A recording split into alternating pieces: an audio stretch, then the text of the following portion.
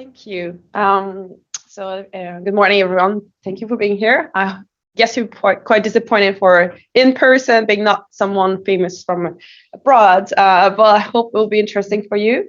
Oh, Quebec, sure, it's a different country. Uh, so I'll be talking about the perfect prostate biopsy. Initially, I wanted to call my presentation "Reducing the Harm of Prostate Biopsy," but I got trouble saying that word in English with an H. So I changed my title. But overall, the goal today is to talk about how to do prostate biopsies and really selecting the proper patient to reduce any possible complication that can come with it. So the objective, I sent them already to you. So we'll review risk and complication from biopsies, discuss prostate cancer screening and adequate patient selections, and then apply methods to reduce infection, and we'll discuss last transperineal biopsy. So plan what goes with that. Overall, yeah, exactly what I can just lay out. My initial idea of taking that topics was because of when I left Quebec, actually at the end of my residency, we had one of those patients I just want to present here so you can have someone to think about as I go through my presentation. So this clinical scenario is a 77 years old male present to the emergency department about 24 hours after having TRUST biopsy. He presents with fever and reduced BP. He's known for diabetes, high blood pressure, COPD, and BPH, and was followed by his urologist for an increase in his PSA. He had a confirmed increased PSA about 11. Previously in 2019, PSA was in the range of 7 and 8. He did receive CIPRO and he took it correctly before his biopsy, and there were no anticoagulants. So he presented in septic shock, was unresponsive to fluids, so got admitted to ICU, broad spectrum antibiotics, required vasopressor, and unfortunately got into respiratory failure and required intubation. Overall, spent about 5 days in ICU, 3 days intubated, and then had type 2 non-STEMI, general physical deconditioning, and after his stays in ICU required physiotherapy and convalescence. So overall, that picture of that old man being intubated, I guess, is something we don't really want to be seeing for screening biopsy.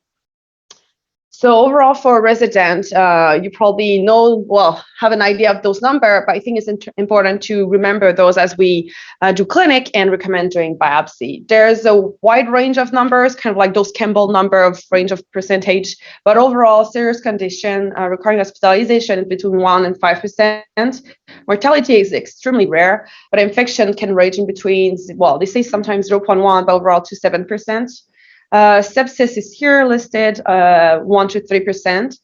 Bleeding is not something quite common. We do have a lot of hematospermia and hematuria, as you know, that is expected. Just for your information, hematospermia can last up to, medium time is 4 weeks, but can vary. And finally, retention with TRUST biopsy is quite rare. We'll discuss for transperineal later.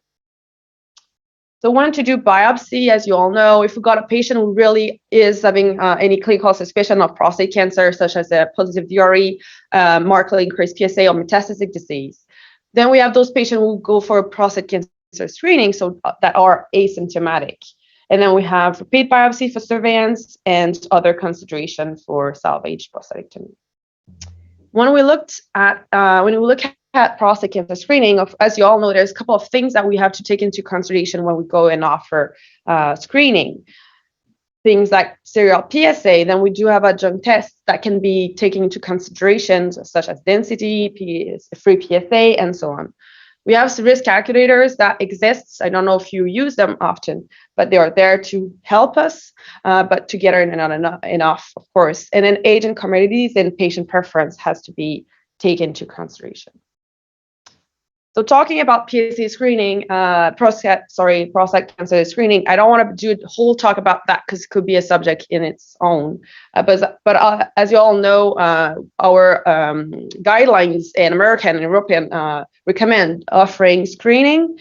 But then we have this kind of like age recommended to offer screening, and then what do we do? When do we stop? And I feel sometimes it's difficult to have a patient that you keep following for a couple of years and they come back and keep wanting having PSA, even though they're getting older and older. So when do we stop?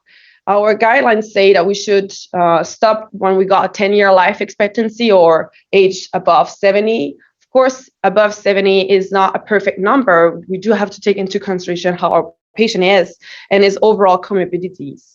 But the reason for that is that likely with subgroup analysis, patient over 70, and some studies will say 65, but we know that that group of patients are the one who are more likely to have overdiagnosis of prostate cancer and less likely to have any clinical benefit. So the RSPC trial identified that starting screening above 70, they actually did not reduce any risk of mortality from prostate cancer. So just wanted to put that picture. I was like, yeah, but we do a clinic over the phone now because we don't really see patient in person. They always say, yeah, I'm extremely healthy, 80 years old. I do take walks and things like that. But you don't really have the patient in front of you. And when you see him for his radical prostatectomy, he's really old. Okay, so the picture is not perfect. But just to get you the idea, you're always on the phone. You don't really know, is the patient really telling the truth? Still describing himself being quite healthy, but how can we know? Of course, seeing the patient in person, seeing him come and walk, does he have a walker or is he fast? And those kind of things are all, tools that we can use. And I just wanted to put here, are we good at actually evaluating the life expectancy of our patient? Actually, we're not that good. And a couple of studies does say that our clinical intuition alone to estimate life expectancy is not quite perfect. That study, the challenge of 10-year rule, that I put it there, is from Calgary University, and they did kind of like a test, a quiz that they sent to physician, residents, and overall, less than 70% of cases we're good at identifying. Just an easy question of like, is it more or less than 10 years? We have some tool or calculator to just look at 10 years expectancy. You probably know the Charleston Comorbidity Index.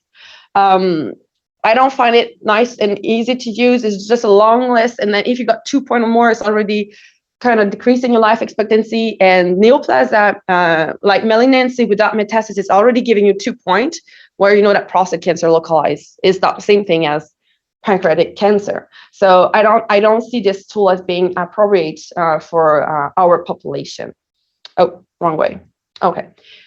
So I went online and PubMed looked a bit to what we've got for prostate cancer. And this study was published this year, and it was done in USA, and they actually wanted to develop a risk calculator tool, especially for prostate cancer population, and helping us to find a quick and easy tool to evaluate a 10-year expectancy. So they use to develop the model, they use that National Health Nutrition Examination Survey, so that thing there.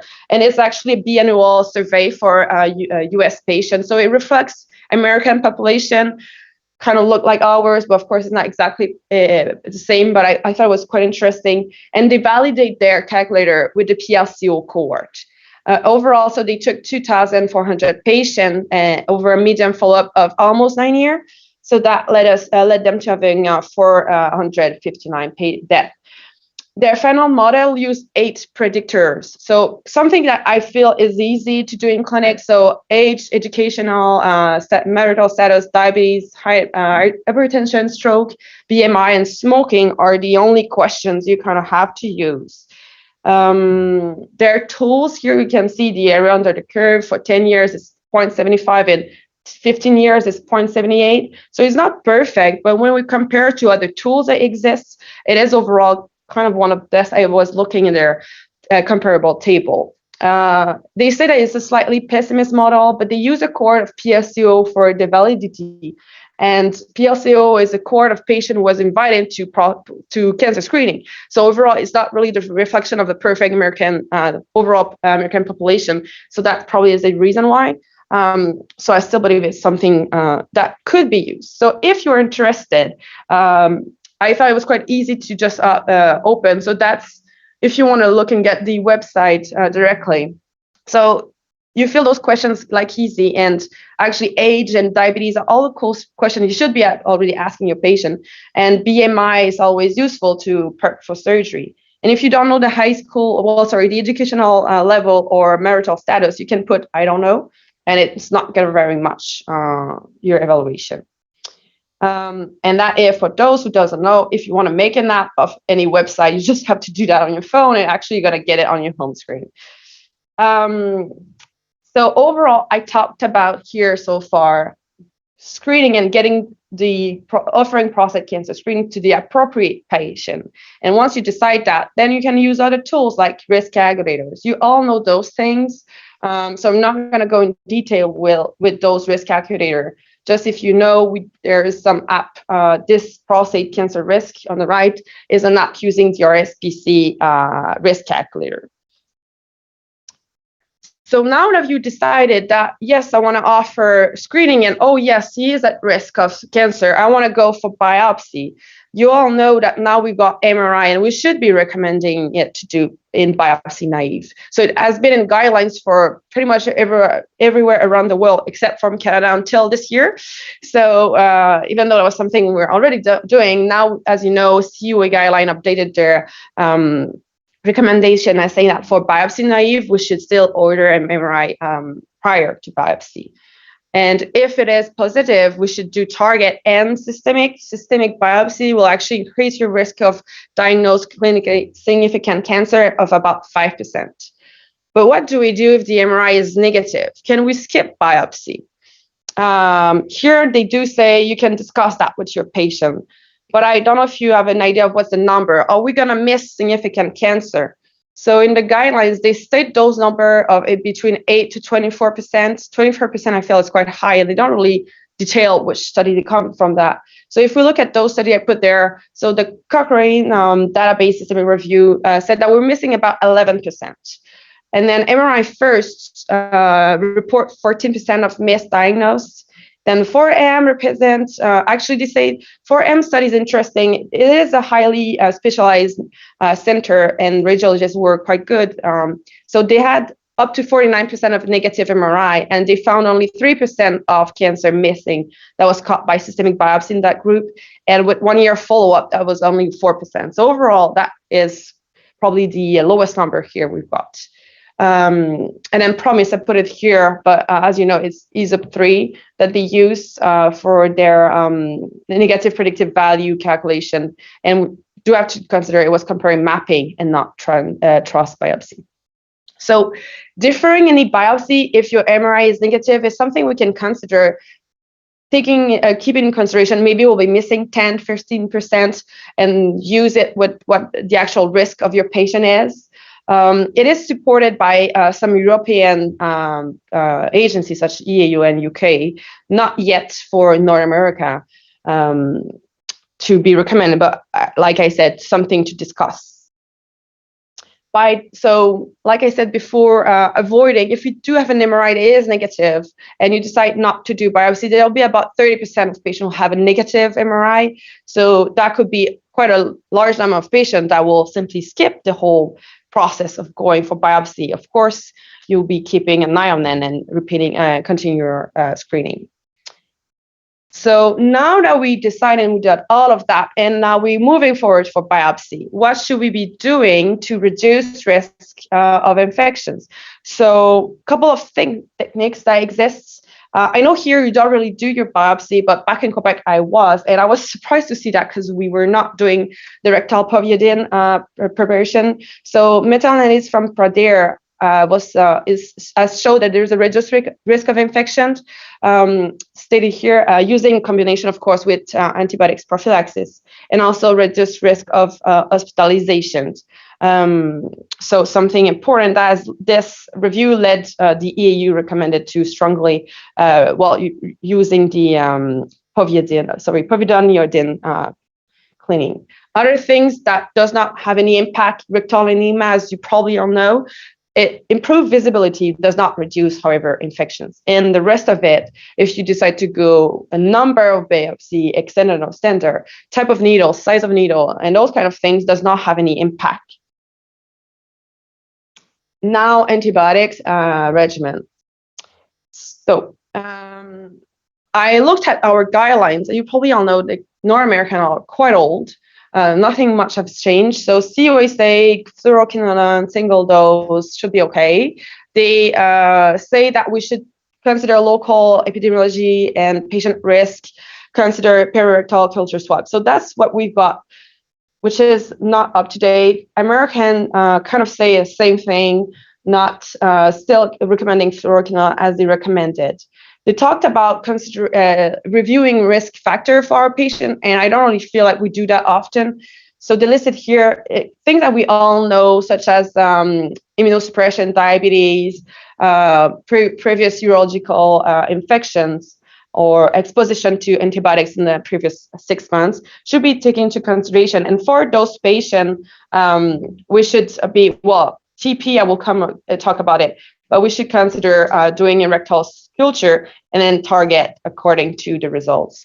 Alternative, if you're lazy and of course if you don't have access to rectal culture prior to biopsy, they recommend a combination. The issue with all of those American and Canadian guidelines is that we should not be using quinolone anymore for prophylaxis. You know the FDA warning label, and the reason for that is that in the last year there have been concerning, dangerous, permanent side effect that was brought. So 2008, the first thing they talk about, and you probably remember, is the tendinitis and the spontaneous rupture of Achilles tendon. But there's other things, and it is quite important to take that into consideration. So 2013, permanent nerve damage due and caused by quinolone, and that was in patients who were totally healthy.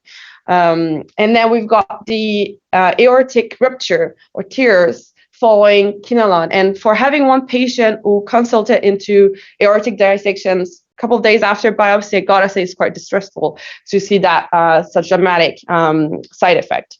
And finally, permanent risk of mental health.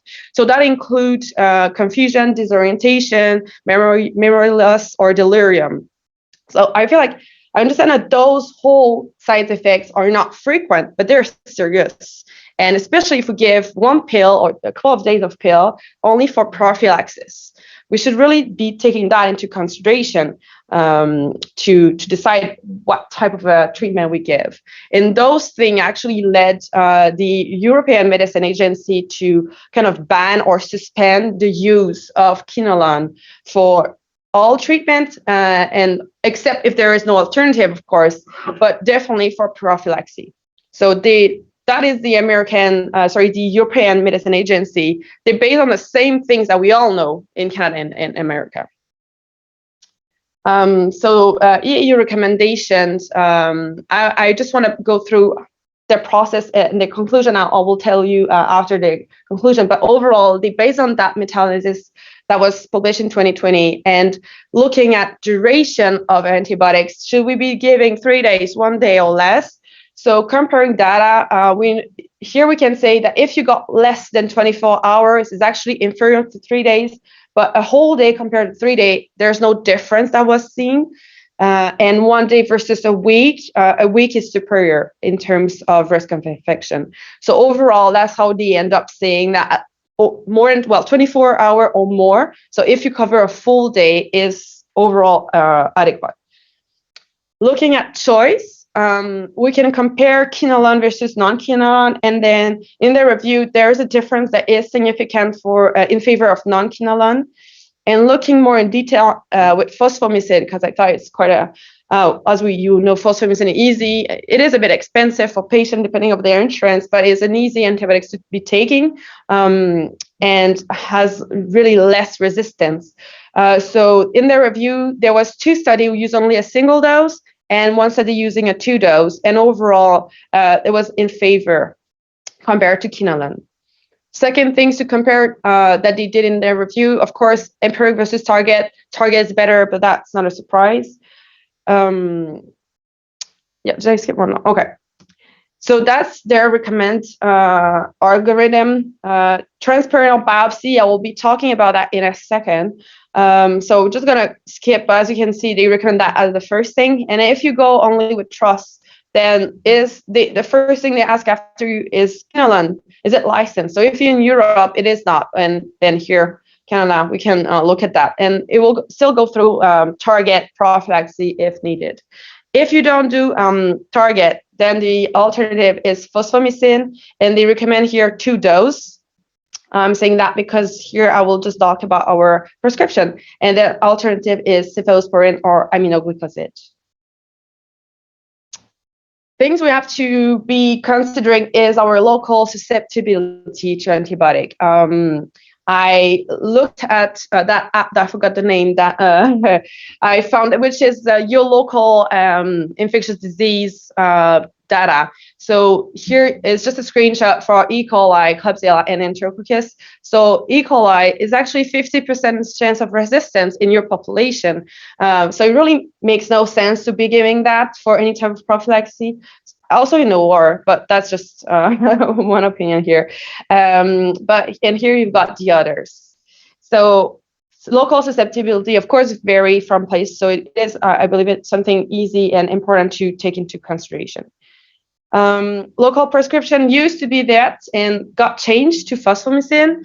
I was asking why here we give 3 days, and I understand it was recommendation from infectious disease specialists.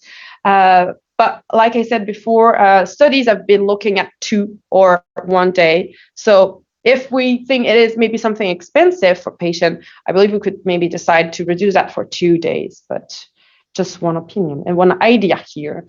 Fosfomycin versus Cipro, I talked already a bit about it. So just here a review. A lot of study have been looking at only phospho single dose as something comparable to 3 days of Cipro, and those are all the results. So the pool data shows in favor odds ratio 0.21. No, is it this one? Yeah. So really in favor of reducing infection with fosfomycin.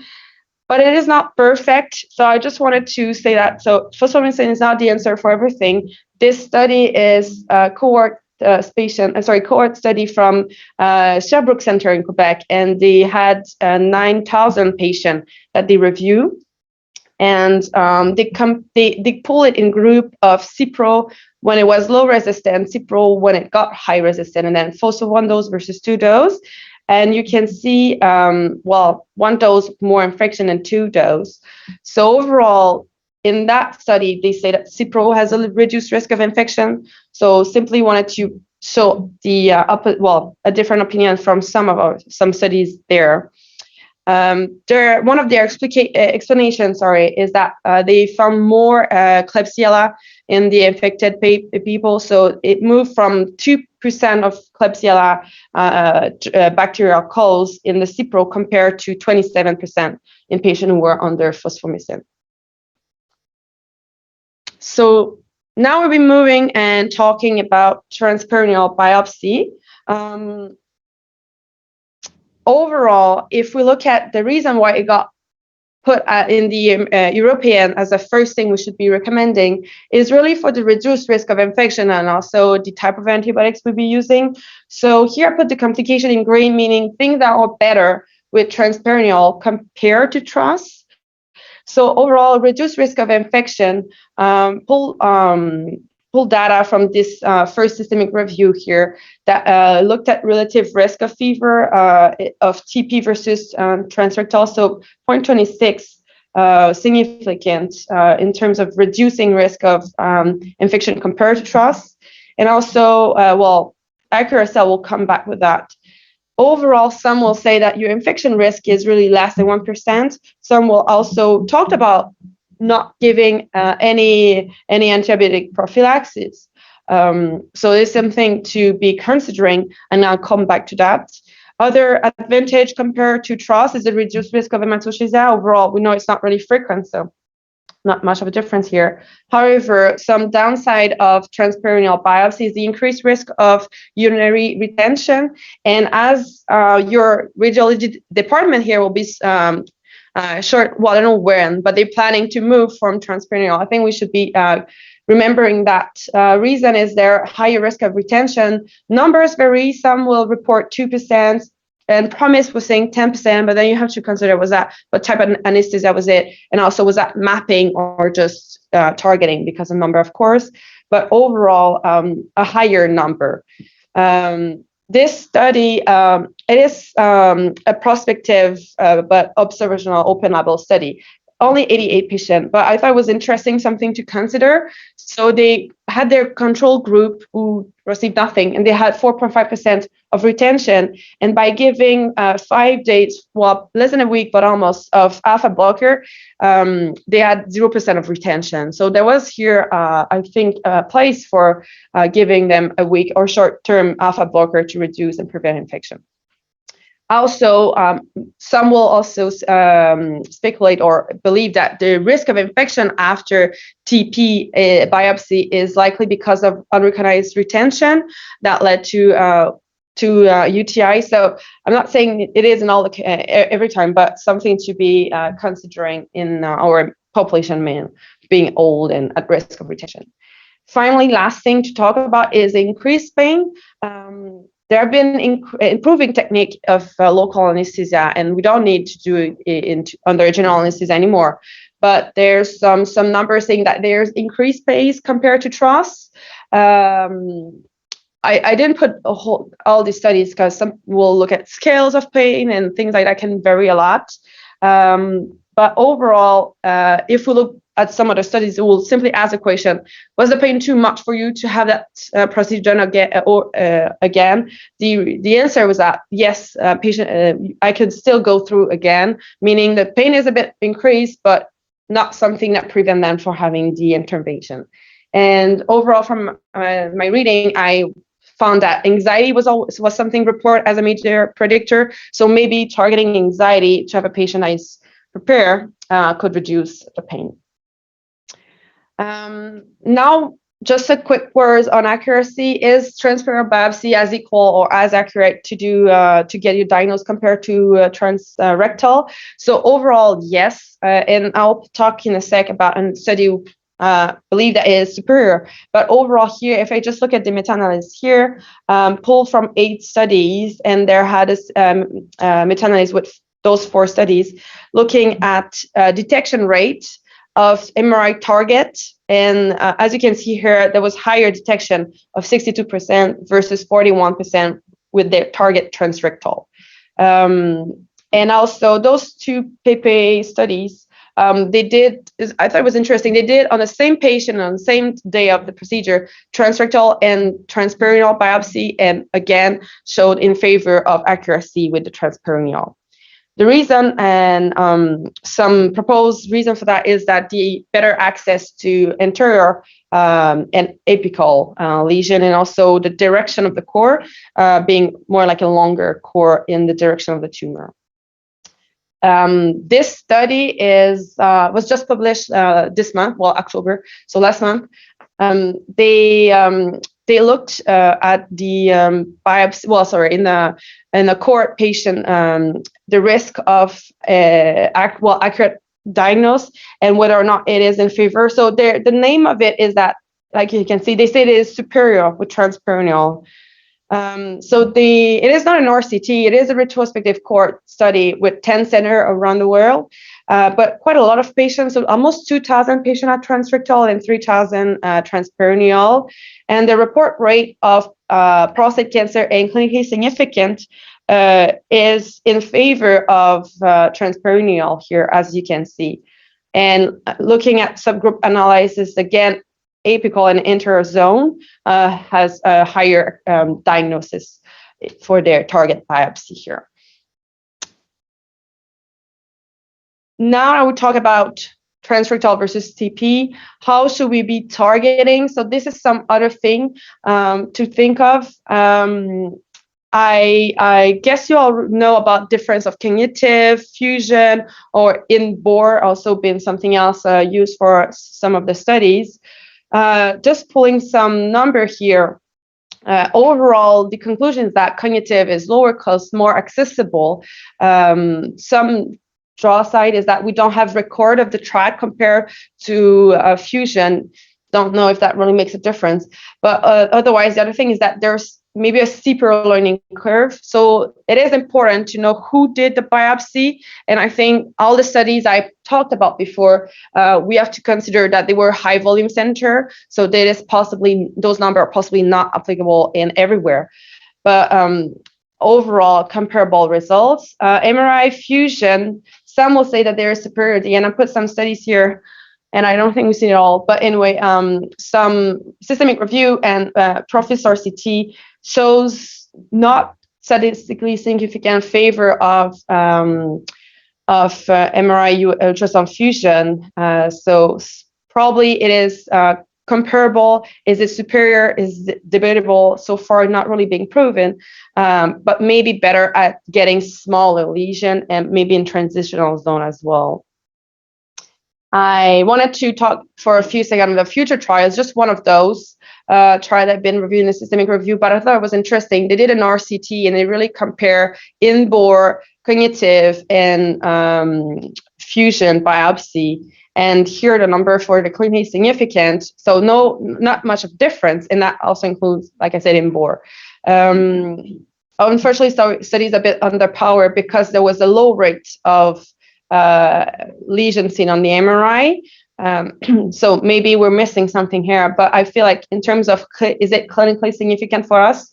Likely we do have reason here to offer cognitive fusion if we don't have access to more, or if we don't have the money to buy more equipment. So the last thing I want to talk about here is the technique of transperineal biopsy. So I'm talking here, but I actually don't do them. So if you got questions, I guess Dr. Manas will be better at answering those. Just overall, the technique, I know here you don't do in your residency training the biopsies. I thought could be interesting to just talk a bit about it. So how do we do it? So first, the total position, you have to do the skin prep, such as chlorhexidine, and shave the perineum before if needed. Patient will have to either hold his scrotum or tape it, and then make sure he have his antibiotic prophylaxis. As I said, some will say we don't need it because of quite reduced risk of infection, but overall EAU recommend a single dose of cephalosporin being something adequate. They recommend anxiolytic, and I don't know if you do that here. I thought it was maybe something interesting if you have, especially like a tense patient who's not able to relax. Some will say give them a bit of a narcotic. Here, I don't think it's something applicable with narcotic issue, but otherwise something to consider in terms of pre-medication. And then you do your local anesthesia. You use a spine needle, so a long needle. And on that picture here, as you can see, they recommend kind of just doing a subcutaneous local anesthesia, doing kind of like a star going around, and then you do your periprostatic and perineal block. And thing that has been reported being quite sensitive is more the perineal region in the pelvic floor. And yeah, well, I'll put more picture here just to bring back your anatomy of where the perineal nerve comes from in terms of considering your local anesthesia. Yeah, well, move over. Okay. So if you're interested, I guess Dr. Manas and Dr. Glaive, or some people you can go and look them doing if that's something interesting. And then once you do your local US ultrasound mapping is done. One thing that is different in the Transperineal is a freehand. So the device kind of like hold by itself compared to TRUS, as you have to hold the ultrasound probe. And then you use the same biopsy gun. Here you can see there's a grid. Some will say that you can use it, but actually, well, one of the systemic reviews said that there was no difference whether or not you use a grid. And then you go with your systemic or fusion biopsy. Some recommend doing some pressure after and making sure patient void prior to discharge. I don't know if it's something we do. You do, okay, Dr. Manas confirmed, good thing. So ask the patient, make sure he pees before. Otherwise, Flomax, just to remember as a possibility. So that's pretty much it for things I wanted to discuss. So like I said, I want to talk about prostate biopsy and how can we adequately use this diagnosis procedure and try to reduce risk of complication.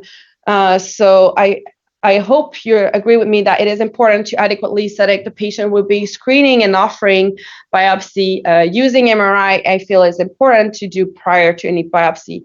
and adequate antibiotic coverage and avoidance of quinolone, as I think we should be moving in that trend and not being the last one to make any change in here.